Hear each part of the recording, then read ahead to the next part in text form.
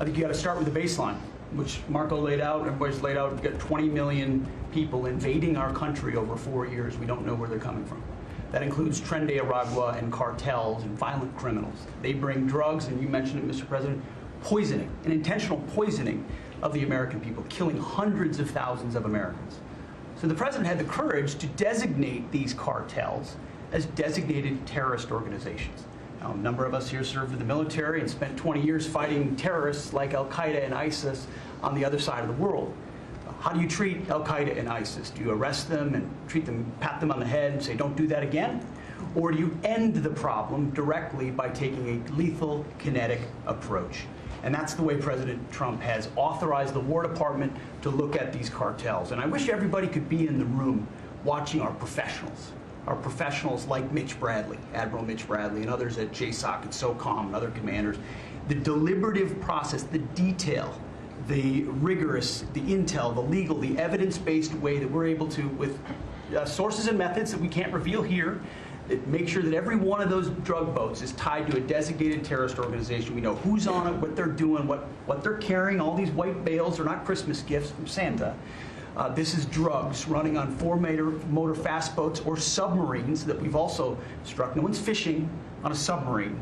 And I have empowered them to make that call. Now, the first couple of strikes, as you would, as any leader would want, you want to own that responsibility. So I said, I'm going to be the one to make the call after getting all the information and make sure it's the right strike. That was September 2nd. There's a lot of intelligence that goes into that, building that case and understanding that, a lot of people providing information. I watched that first strike live. As you can imagine, at the Department of War, we got a lot of things to do.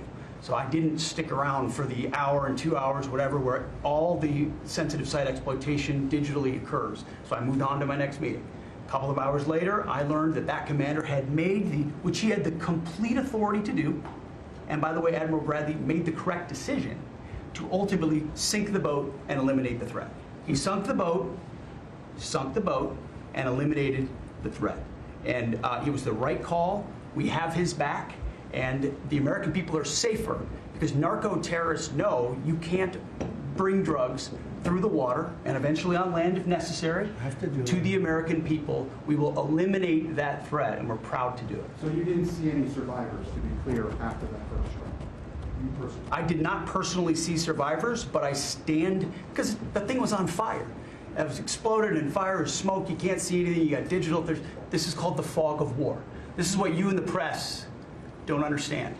You sit in your air-conditioned offices or up on Capitol Hill and you nitpick and you plant fake stories in the Washington Post about kill everybody, phrases on anonymous sources not based in anything, not based in any truth at all. And then you want to throw out really irresponsible terms about American heroes, about the judgment that they made. I wrote a whole book on this topic because of what politicians and the press does to warfighters. President Trump has empowered commanders to do what is necessary, which is dark and difficult things in the dead of night on behalf of the American people. We support them, and we will stop the poisoning of the American people.